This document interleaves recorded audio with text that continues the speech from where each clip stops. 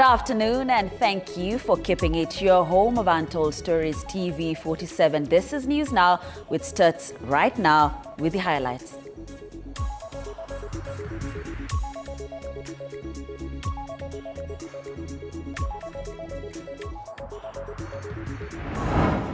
Traders at the City Stadium market have incurred huge losses after a mid-morning fire razed down their stalls.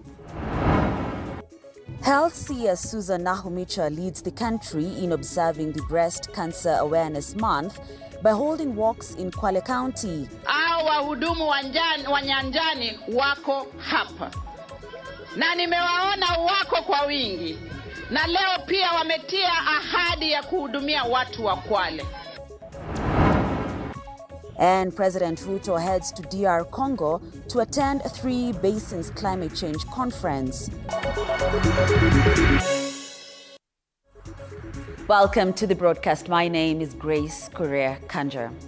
Now, as the national examinations edge closer, the Ministry of Education has announced the thorough preparations and security measures taken to ensure examination integrity this year. According to PS Belio Kipsang, this year's examination will be collected twice a day to avoid the early exposure problem. Meanwhile, helicopters have been procured to assist with exam distribution in areas affected by the heavy rains. 1.4 million students countrywide will be sitting the KIPSER and KCPE examinations. And the examination, the last exam for Kenya Certificate of Primary Education, are all in our containers. So we have all the grade 6 and class 8 examinations in our containers as we engage.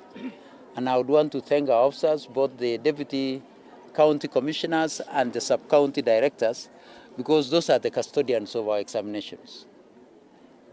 I would want to also assure all of us that the custody of our examination is good, the logistics were done, the movements were done, and so far so good. My colleague Raymond will say something about the issues of rain and the mapping that we have done. Already we know we have a few places where there is enhanced rains, and therefore we may need to enhance our logistics arrangement. But I would want to assure you that as government we have put in place all that which is needed. Government has availed to our disposal quite a number of helicopters for those areas that may require airlifting, mainly in places where, one, there might be issues of security, though I know my colleague will handle that. And that there's been a lot of peace, I can say that, around this time when our children are preparing for examinations. So our teachers, I have the Director of Teacher Management who is here on behalf of the CEO. I think I will allow her to say a word because, you know, our biggest army in this process are the teachers. As our invigilators and as our supervisors, as our center managers who are the principals and head teachers, and all of them. This year we have used all our teachers, including our teachers in secondary schools. This year we have our teachers in secondary schools also doing supervision and invigilation of examinations because we wanted to optimize on all our teams that are out there. So colleagues, we want to give you an assurance that our exams are safe. You know, technology has its own issues, but we want to give you a word. I don't want to say much about technology because we have DCI, we have... And President William Ruto left the country last evening to join world leaders at a climate conference in Brazzaville, Congo. The president, alongside his colleagues from the Congo, Amazon and Borneo-Mekong Southeast Asia basins, will congregate at the summit of the 3 basins. This is the 39th trip the president has made since he came into power last year. Now, this comes after he made a statement announcing plans to cut his traveling allowances by 500 million.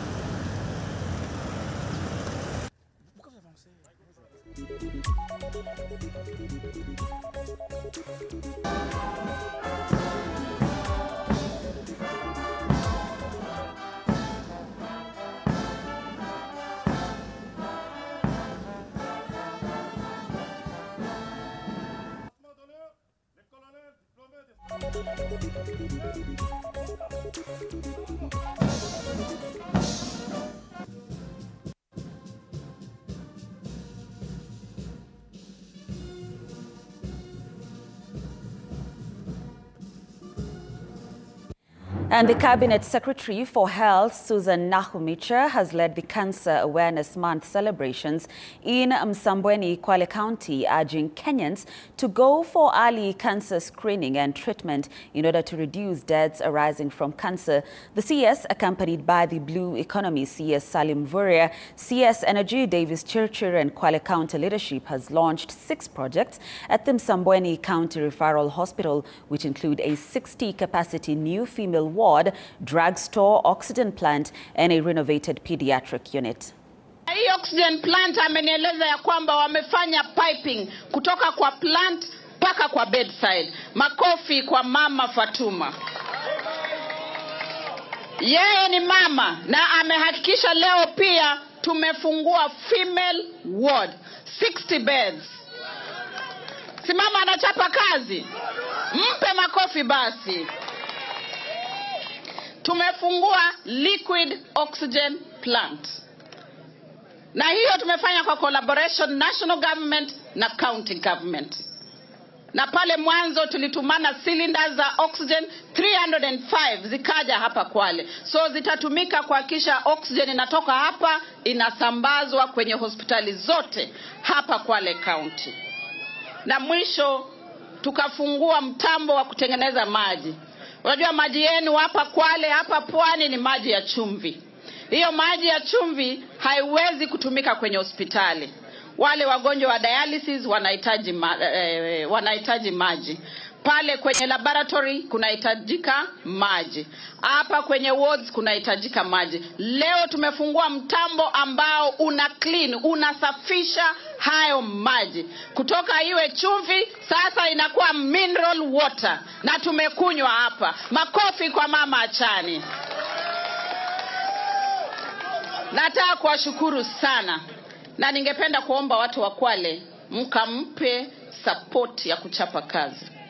Unajua yule aliomba, nilisikia akisema anaomba pia wachawi wawe wachache wakaweze kuondoka. Na nikauliza kwani huku wachawi wapo? Na kuanzia leo wachawi washindwe. Wachawi ambao wanamsumbua Achani washindwe. Najua ataendelea kuchapa kazi. Kama national government, nyinyi mnajua tarehe 20 Rais William Samoei Ruto alizindua huu mpango wetu wa wahudumu wa afya wa nyanjani.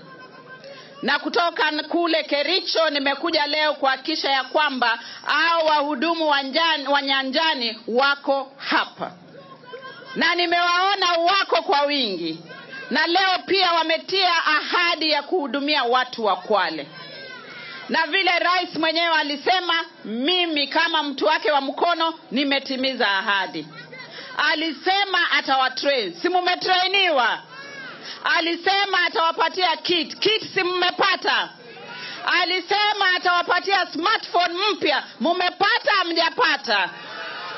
Si mumepata, nimeleta leo. Imebaki kitu kidogo tu. Alisema ya kwamba stipend atawaongezea. Na nataka kuhakikishia kuanzia mwisho wa huu mwezi sisi kama national government tuko tayari kupeana stipend yetu. Huyu Rais William Ruto anawajali watu wa Kwale. Zile kits ambazo mnaona pale si mchezo. Ndani ya kule kwenye kit hawa wahudumu wa afya nyanjani watakuja kwa kila nyumba. Kila mhudumu ako na 100 households. Lazima ahakikishe ya kwamba anatembelea zile household. Kwenye ndani ya kit tumeweka chombo cha kupima blood pressure. Kwenye ndani ya kit tumeweka chombo cha kupima sukari. And a section of CBD traders within the Central Business District have lauded Governor Sakaja's move to remove hawkers from the CBD. They claim the hawkers have been blocking their businesses, keeping away customers from accessing their services. Let's listen in. And for us traders, you are saying Nairobi is for us all, and for everyone he has a right to work. But now, for us to work for everyone to work, there must be order how we will work all together, because it's a very big problem when we pay the rent and licenses, and then someone else is coming at the daytime and during our working time, and at the light of our doors anaweka vitu zake hapo na anaendelea kupiga hiyo biashara. So for us, we are supporting Governor Sakaja, and we are saying there must be order on how every one of us will be able to work. Kama ni sisi wenye maduka tunafungua kutoka 6 na tunafunga 6. So for others, they can come now from the 6 and we support them to do their businesses. Watu wa ofisi wanafunga from also 6. So customers, sisi ni customers wao.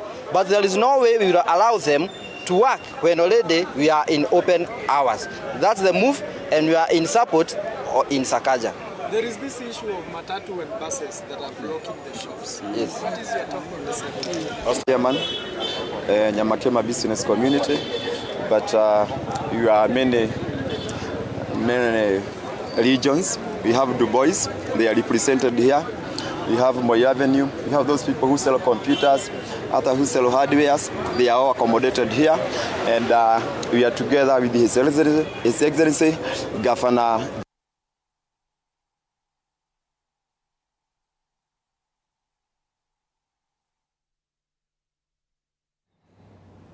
And Jubilee-nominated MP Sabina Che has said she is not intimidated by threats to kick her out of the party by President Uhuru Kenyatta's camp.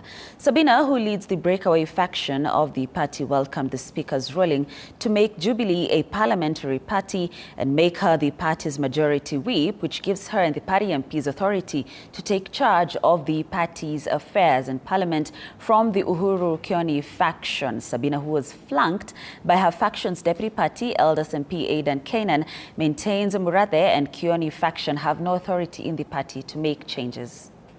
I've heard my name has featured severally in the headlines and in the news. I am in a group of many. So let it not because Sabina is a nominated member, you think I can be an easy target. I have an army around me. It's only that today is a weekend and people have already gone to their constituencies. And we thought it was important that we don't keep quiet. But the thing is, I'm not just alone, and this is not about my fight. It's a fight about the position of Jubilee. We want to work for Kenyans, and we thank the Speaker because now Jubilee Party can be able to make decisions.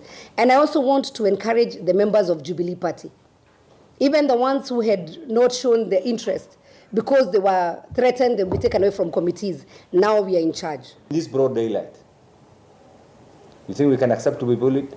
Look at our faces. Do we belong to that category? The answer is no. So if this has worked on other people, we want to alert the Honorable Wandai and cohort that this is not the group. Wa respect speaker wetu.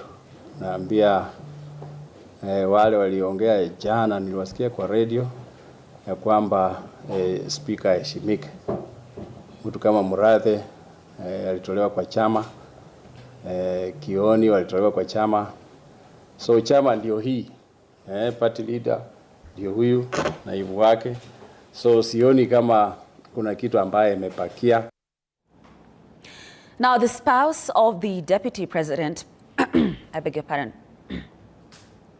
The spouse of the Deputy President, Pastor Dorcas Riabi, has urged Kenyans to always put families first for a better living. Speaking during an interactive session with Kenyans living in Munich, Germany, Pastor Dorcas said a successful family is the basic unit of a successful nation. She further urged parents to create more time with their children, regardless of their busy schedules, and urged the women to always honor and respect their husbands. Pastor Dorcas is accompanying the Deputy President in Munich. I think the world is a good place to live in.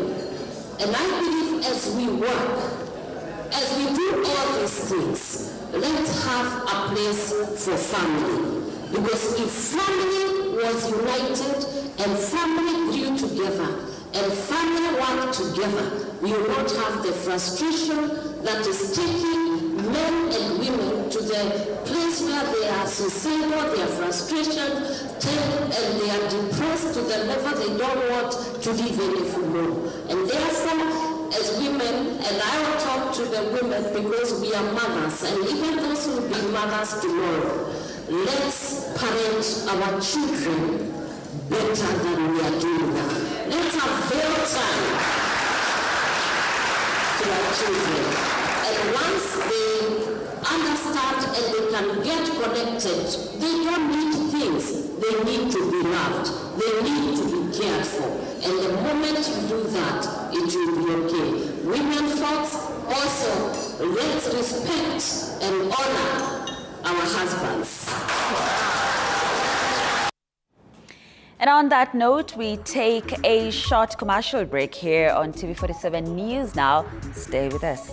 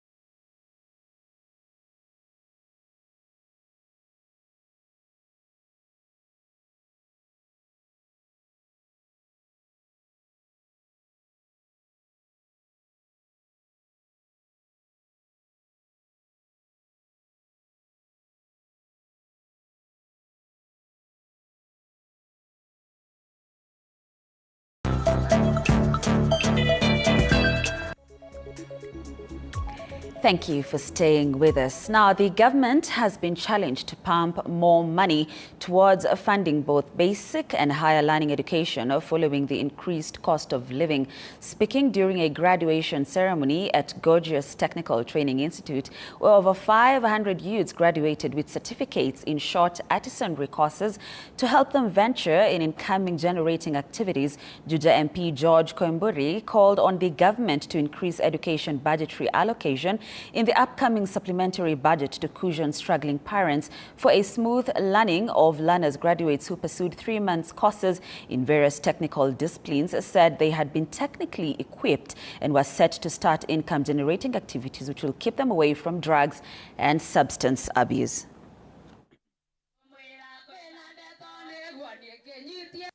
Ningeomba serikali yetu kuna miswada ambayo tumeweza kuyapeleka pale bungeni waweze kutuongezea pesa ambazo ni za elimu, sababu unapata masomo yamekuwa ya bei ya juu sana sana ukiangalia masomo ya university. Unapata mzazi hawezi kusomesha mtoto wake amalize, sababu wakati mwingine unapata elimu imekuwa changamoto. Kwa hivyo ningeomba serikali yetu ya William Samoei Arap Ruto mkubali huu mswada ukipita pale bungeni, tuongezewe pesa ambazo ni za universities ndio tuweze kusimamia elimu kwa watoto wetu waweze kumaliza masomo yao.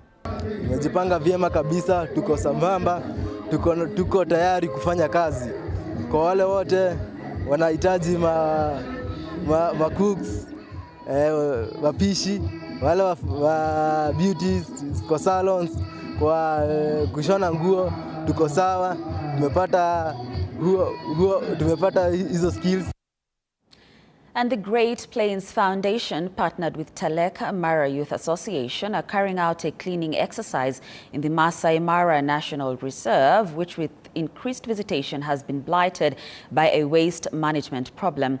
The lack of proper garbage collection infrastructure within the park has led to a detrimental impact on the environment, including contamination of rivers, degradation of wildlife habitats, and the overall deterioration of the park's aesthetic appeal. These issues not only pose a threat to the park's ecological balance, but also diminish the visitor experience and jeopardize the sustainability of tourism. Zamani ilikuwa mzuri, ikakuwa kuja tena watu wakikuwa wengi, magari mingi wanatupa matakataka kwa njia, lakini leo wakati hiyo wa jamaa wamekuja hii tuungane, tunaona na njia mzuri, watu washikane. Hiyo makambi yote iko hapa, au wanakuwa na time ya kupatana, tuseme leo tuchukue barabara gani, waone makaratasi, juu wanyama hata hao wanakula siku hizi makaratasi. For example, today we are answering a conservation call. We are here cleaning the reserve to make sure that our environment is clean, our game reserve is clean, to answer that call. We are working with the community. We educate our community about conservation.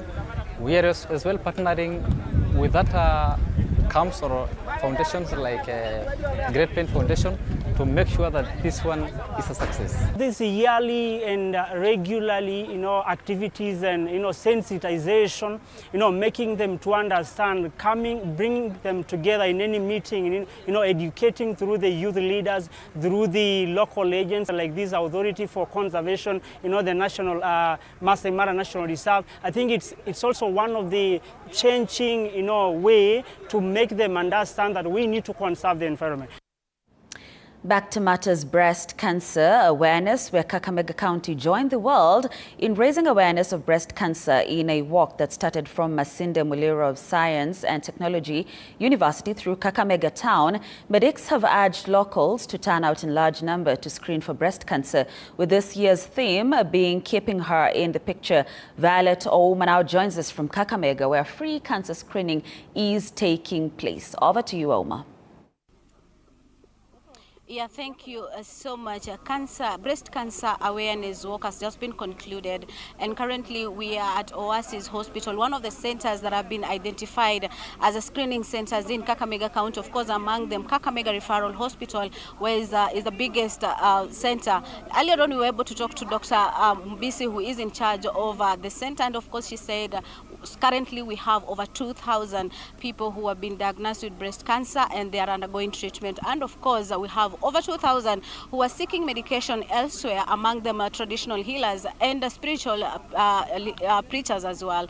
But of course, currently there is a screening that is going on. As you can see behind me, we have activities going on there. We have breast cancer screening, where many people have turned up, and locals have been urged to turn out in numbers. They say earlier diagnosis is one way of fighting these lethal diseases. But of course, I'm joined with other people, that other medics and organizations that have been have partnered with county government, Oasis, and Soroptimist as well, Soroptimist International, and other organizations. Probably if I can just talk to them. Dr. Malangachi, kindly if you can come here, briefly tell us about today's activity.